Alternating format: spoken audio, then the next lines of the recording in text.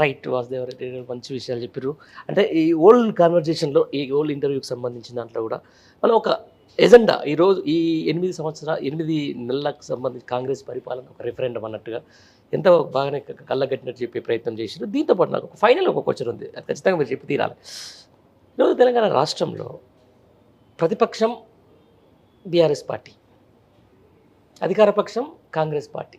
సందట్లో సడేమి అన్నట్టుగా BJP party ఏమైనా అవసరం అనుకుంటే కాంగ్రెస్ వాళ్ళ కంటే ఎక్కువ ఈరోజు కాళేశ్వరం కూలిపోయింది కదా, కాళేశ్వరం మీద ఎక్కువ బురద జల్లే ప్రయత్నం చేస్తూ ఉన్నారు. దీన్ని ఎట్లా చూడవచ్చు? ఇప్పుడు బీజేపీ పార్టీ ఎన్నికలు ఉన్నప్పుడు ఒక టైపు మాట్లాడుతుంది, ఎన్నికలు అయిపోయినాక ఇంకో టైపు మాట్లాడుతుంది. చాలా సందర్భాల్లో మనం చూసినాం. ప్రజలను రెచ్చగొట్టడానికి ముఖ్యంగా హిందుత్వ ఎజెండాను ఎత్తుకొని హిందుత్వానికి పేటెంట్ మేమే అనే విధంగా బీజేపీ మాట్లాడేది ఏదో ఉన్నదో దాన్ని పట్టుకొని కొంత ఓటు బ్యాంకును మీరు తీసుకోరాగలిగిన కావచ్చు. అంతే తప్పితే ప్రజల్లో మీ పట్ల ప్రేమ అభిమానం అయితే లేదనేది స్పష్టంగా కనిపిస్తూ ఉన్నది. ఎందుకంటే మీరు ఎన్ని స్థానాలకు ఎమ్మెల్యేకి పోటీ చేస్తే ఎన్ని స్థానాలకు గెలిచిండ్రు. అదేవిధంగా మీకు పార్లమెంట్ ఎన్నికల్లో 8 ఎంపీ సభ్యులు రావచ్చు, కానీ 8 వచ్చినా కూడా మీరు తెలంగాణ ప్రాంత ప్రజలను కాపాడేటోళ్ళు కాదు, తెలంగాణ ప్రాంత ప్రజల గురించి ఢిల్లీలో మాట్లాడేటోళ్ళు కాదు. అది ప్రజలకు తెలుసు, అందరికి తెలుసు. కానీ ఏంటి అంటే హిందుత్వ ఎజెండా కోసం, హిందుత్వ సెంటిమెంట్ కోసం మీకు ఓట్లు వేసిండ్రు. సో ఇలా వాళ్ళు ఆపాదించినట్టు మా పైన బీఆర్ఎస్ పార్టీ పైన కాళేశ్వరంలో అవినీతి జరిగింది అని చెప్పి వీళ్ళు అంటారు, మరోపక్క కాంగ్రెస్ అంటారు.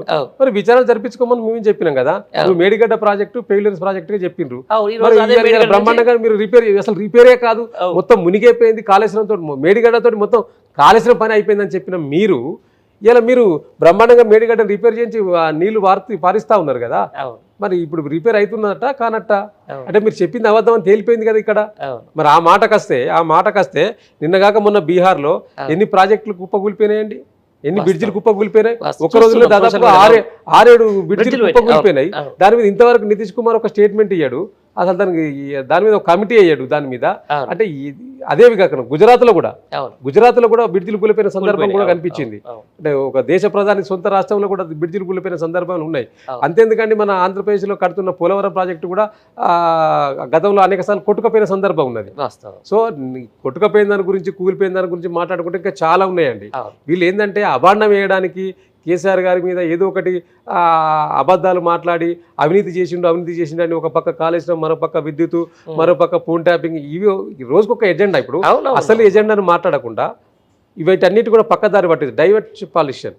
అంటే పొలిటికల్ మొత్తం కూడా పక్కదారి పట్టియడానికి చర్చ అంతా ఇంకో దక్కు పోతే వీరు ఇంకో పక్క పని చేసుకోవచ్చు అనే ఉద్దేశంతో చర్చను మొత్తం తప్పుదో బట్టి కేసీఆర్ మొత్తం అవినీతిమయం చేసిండు చెప్పడానికి ఇవన్నీ కూడా తేటతెల్లం అయిపోతున్నాయి కదా.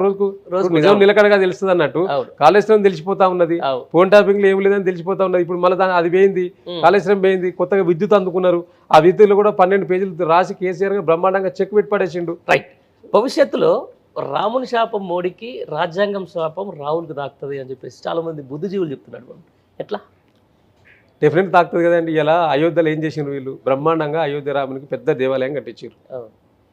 నిండు గర్భగుడిలోనే లీకులు వచ్చినాయి, గర్భగుడిలోనే. దీనికి ఎవరు సమాధానం చెప్పాలి? గర్భగుడిలోనే. ఢిల్లీలో ఎయిర్పోర్ట్ మొత్తం కూలిపోయింది, మరి దాన్ని నిర్మాణం చేసిన ఎవడు, దాంట్లో ఎవరికి ఎంత ముట్టింది ఏంటంటే మాట్లాడుకోవచ్చు కదా. ఇంత కాళేశ్వరం మీద మాట్లాడారు, దాని మీద మాట్లాడచ్చు కదా.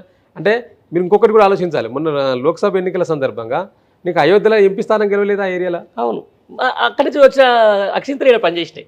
అక్కడ అక్షంతలు ఇక్కడ పనిచేసినాయి, కానీ అక్కడ పనిచేయలేదు. మోడీ పోటీ చేసిన పార్లమెంటు స్థానం ఏదైతే ఉన్నదో అక్కడ కూడా ఆయన మెజార్టీ తగ్గిపోయిందండి. ఆయన ఫస్ట్ అనుకున్నది ఏంటంటే ఉత్తరప్రదేశ్ సంబంధించి అయోధ్యలో పోటీ చేయాలి, ఆ ఏరియాలో పార్లమెంట్ స్థానంలో పోటీ చేయాలి, బ్రహ్మాండమైన మెజార్టీతో పడితే ఇంటెలిజెన్స్ సర్వే ఓడిపోతుందని చెప్పిందట. చెప్తే ఈయన మళ్ళీ పోయి పాత స్థానంలో ఎంపీ స్థానంలో కాశీలో పోటీ చేయడం జరిగింది. అంటే అక్కడ కూడా మెజార్టీ తగ్గింది. అంటే నరేంద్ర మోడీ మొత్తం ఆయన విశ్వవ్యాప్త గురువు అని చెప్తా ఉన్నారు కదా. విశ్వవ్యాప్త గురువు కాదు ఆయన, ఒక గుజరాత్ గురువు కావచ్చు కానీ విశ్వవ్యాప్త గురువు కాదని తేలిపోయింది అక్కడ. సో రోజుకు వాళ్ళు స్థానాలు కూడా 400-400 సీట్స్ అని చెప్పారు కదా. 400 కాదు, నీకు 240 స్థానాల కంటే ఎక్కువ దాటలేదు వీళ్ళ స్థానాలు కూడా.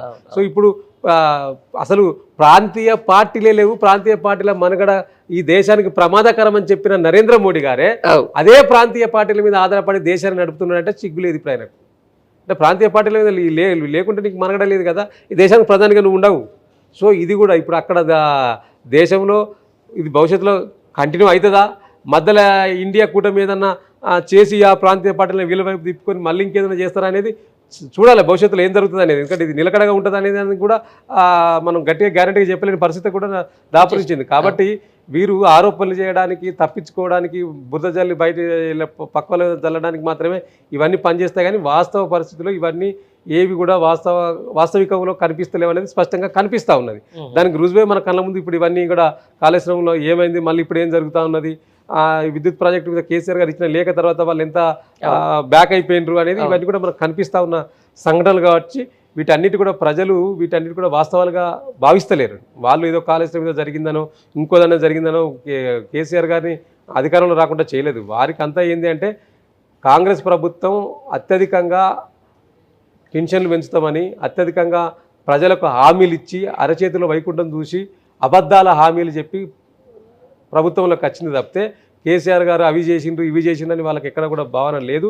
భావన ఉంటే మాకు 39 సీట్లు రాకపోవు. ఇప్పుడు ఆంధ్రప్రదేశ్లో వచ్చినట్టు 11 సీట్లు 10 సీట్లు వచ్చేది ఉండే.